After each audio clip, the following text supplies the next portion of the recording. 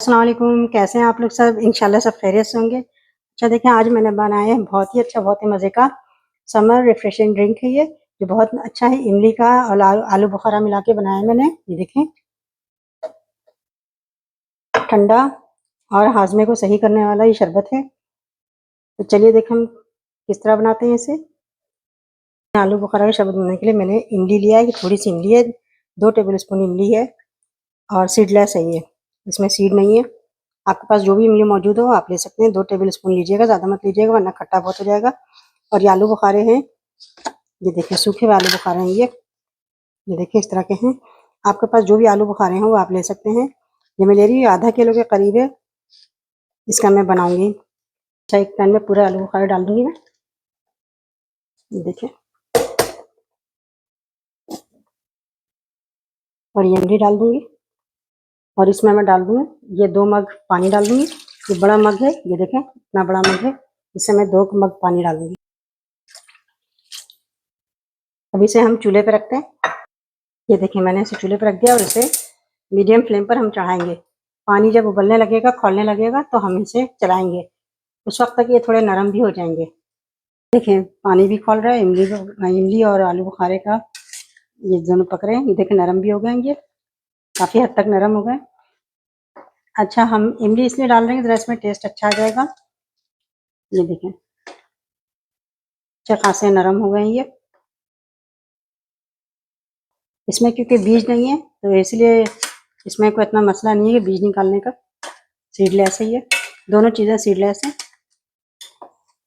अच्छा, इसके बाद हम करेंगे ये कि इसे जो है हैंड ब्लेंडर से हम इसको जब थोड़ा सा पेस्ट इसका बना रहे हैं।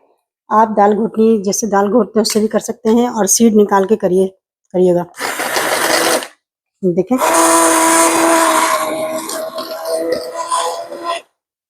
देखें अच्छा खासा पिसा गया है।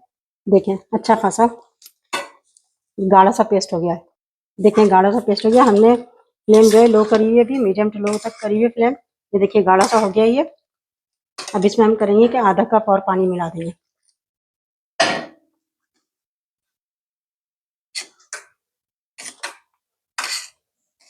अच्छा, हमने फ्लेम अभी मीडियम टू लो किया हुआ है। इसमें हम मिला देंगे शक्कर, 2 कप ऐसे मिलाएंगे। अगर आप ज़्यादा मीठा चाहते हैं तो आप ज़्यादा इसमें शक्कर डाल सकते हैं। इसे मिक्स करेंगे। शक्कर का भी ज़रा पानी बनेगा तो थोड़ा ये पतला हो जाएगा पेस्ट हमारा। अच्छा, इसमें हम डाल देंगे हाफ टी स्पून नमक। अगर आपके पास काला नमक हो तो काला नमक भी डालिएगा। इस वक्त मेरे पास काला नमक नहीं है। अच्छा, क्योंकि ये आलू बुखारा जो छिलके के बगैर है तो इसलिए देखिए इसका रंग नहीं आया है।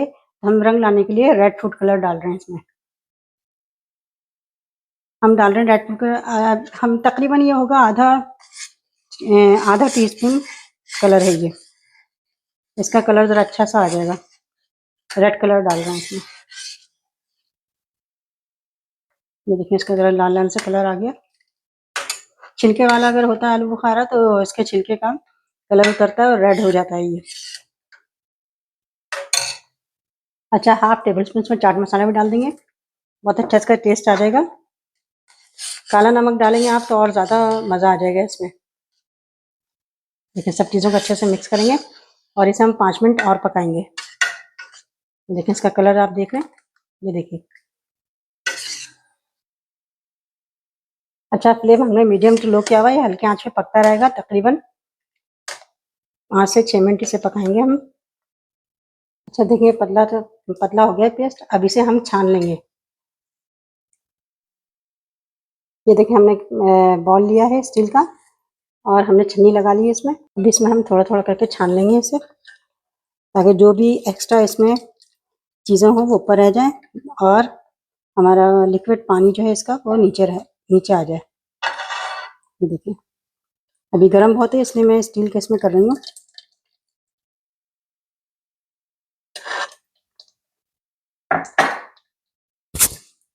इसे छान लेंगे, सारा हम इसी तरह छान लेंगे पूरा। ये देखिए एक्स्ट्रा चीज़ जो इसमें ये ऊपर रह गई है। ये देखें अब और हम डाल के इसमें छान लेंगे। ये देखिए शरबत भी ठंडा हो गया है। बॉल में हम लेते हैं बर्फ और इसमें डालते हैं हम ये शरबत। ये देखिए कितना अच्छा सा शरबत तैयार हुआ है। इसमें थोड़ा सा बिल्कुल 3-4 ड्रॉप हम लेमन के डाल देते हैं, जिससे अच्छा सा जायका आ जाएगा। ज़्यादा नहीं डालना है, 3-4 ड्रॉप डाल रहे हैं। ये देखिए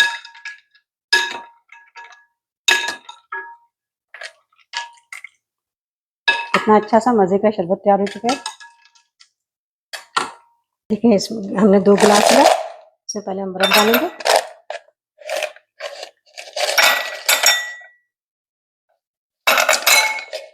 ये देखिए हमने बर्फ डाला, अभी शरबत डालते हैं।